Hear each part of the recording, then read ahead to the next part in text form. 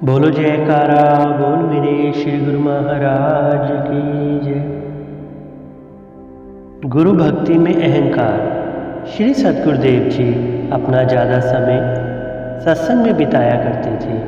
श्री महाराज जी साधु मंडली में से अपनी मौजवश किसी एक महात्मा को अपने आसन के पास खड़ा करके उसी प्रसंग का कोई दोहा या श्लोक बोलने की उसे आज्ञा देते थे। श्री महाराज जी अपने सत्संग में ही सभी प्रेमियों के संशय भ्रम दूर कर देते थे। श्री सद्गुरुदेव भगवान जी की कृपा से सत्संग द्वारा कई निंदक भी अपनी मूर्खता छोड़कर ज्ञानी सज्जन हो गए। एक दिन श्री महाराज जी ने इस दास को आज्ञा दी, हमारे आसन के पास खड़े रहो और जब जरूरत होगी आपको कोई श्लोक, दोहा, चौपाई इत्यादि बोलना होगा। आज्ञा अनुसार दास श्री सद्गुरुदेव भगवान जी के आसन के पास खड़ा हो गया।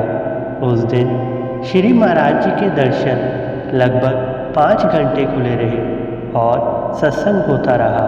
दास को खड़े खड़े शरीर में कुछ तकलीफ महसूस हुई। पाँव और टांगों में दर्द होने से दास ने दीवार के साथ टेक लगाई और दिल में विचार किया कि श्री महाराज जी मुझे बैठने की आज्ञा भी नहीं देते।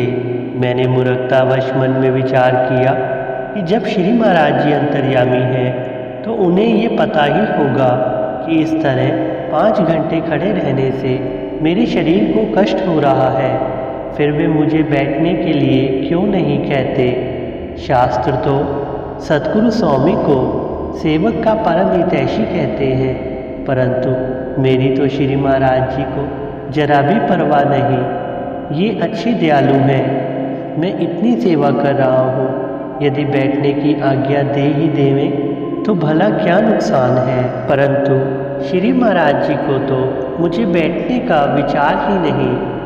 इस प्रकार जब मन ने ये दुष्ट भावना धारण कर ली तो अंतर्यामी सद्गुरुदेव जी ने फौरन मेरे दिल के भावों को जान लिया और सत्संग करते हुए दास की ओर देखकर फरमाया, मैं जानता हूँ कि तुम थक गए हो, परंतु याद रखो कि सेवक को कभी अहंकार नहीं करना चाहिए। यदि कुदरत गूंगा कर देती तो फिर ये सेवा कैसे करते। अब तो सेवा से दिल तंग कर लिया, यह अच्छी बात नहीं है। हमारी आज्ञा है कि यदि थके हुए हो तो बैठ जाओ। श्री महाराज जी के ये वचन सुनकर मेरा मन तड़प उठा और मैंने अपने मन को बहुत धिक्कारा। ए मन, तू मुझे कौन से धोखे में डाल रहा था। मैंने उसी समय अपनी जड़ता की क्षमा मांगी।